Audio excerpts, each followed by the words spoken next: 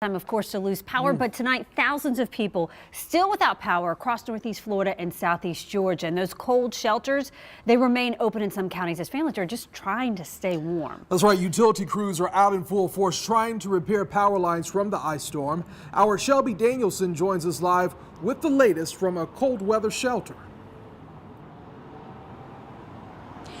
Well, Anthony and Heather, there may be major blizzards in other parts of the country, but authorities in Northeast Florida and Southeast Georgia tell me that the cold is really intensified here because they're not prepared for this kind of cold weather around the First Coast. And that's why cold weather shelters around the counties, including the Salvation Army here downtown Jacksonville, are staying open through tomorrow. And that's why a few thousand homes remain without power tonight. I have wished a lot of times in Christmas that I would finally see snow because I like snow a lot. While some on the First Coast were treated to a white New Year, others were left with pure ice. This is really a once-in-a-100-year event for us. In either case, emergency operations centers like in Nassau County scrambled to execute a game plan. We do not have the capability to salt roads in Florida. Now, what the DOT did yesterday is they actually used a de-icing fluid. The biggest problem came as a result of those iced over trees toppling onto power lines, leaving thousands in the dark.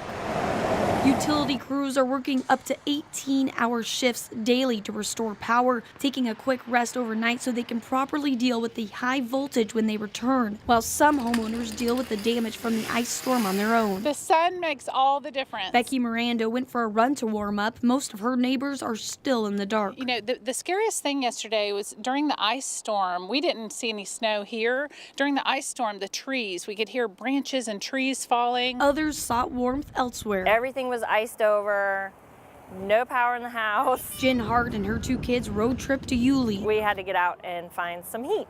So we came running errands, have lunch, get out while they continue to work on stuff. So it brought a little damage and fell on roofs, so it kind of made a dent on a roof or something.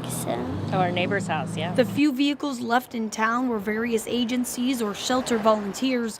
EOC Director Billy Estep says the First Coast hasn't seen anything like this since the snow in 1989.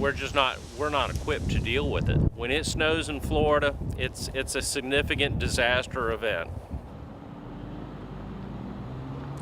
And if you take a look at this Georgia power outage map, there were many more outages earlier this morning, but they've been working all day, and you can see they now have 230 active outages. That means about 3,600 customers are without power, so quite a few, and most of those are in the Brunswick area. And then if we look at the Okefenokee rural electric map, you can see they have 142 outages, and that means about 1,800 customers affected. So a lot of people in that area, especially Nassau County, are without power tonight. And I just spoke with the media person there, and they told me that you probably may not get your power on until tomorrow, maybe tomorrow evening at the latest. But that is their goal, to have it all on by tomorrow evening. They said that those utility workers are getting in at 5 a.m. Many of them are staying and working until 11 p.m. and they are doing that daily. So they are working as hard as possible. And we're going to have another update for you coming up tonight at 6.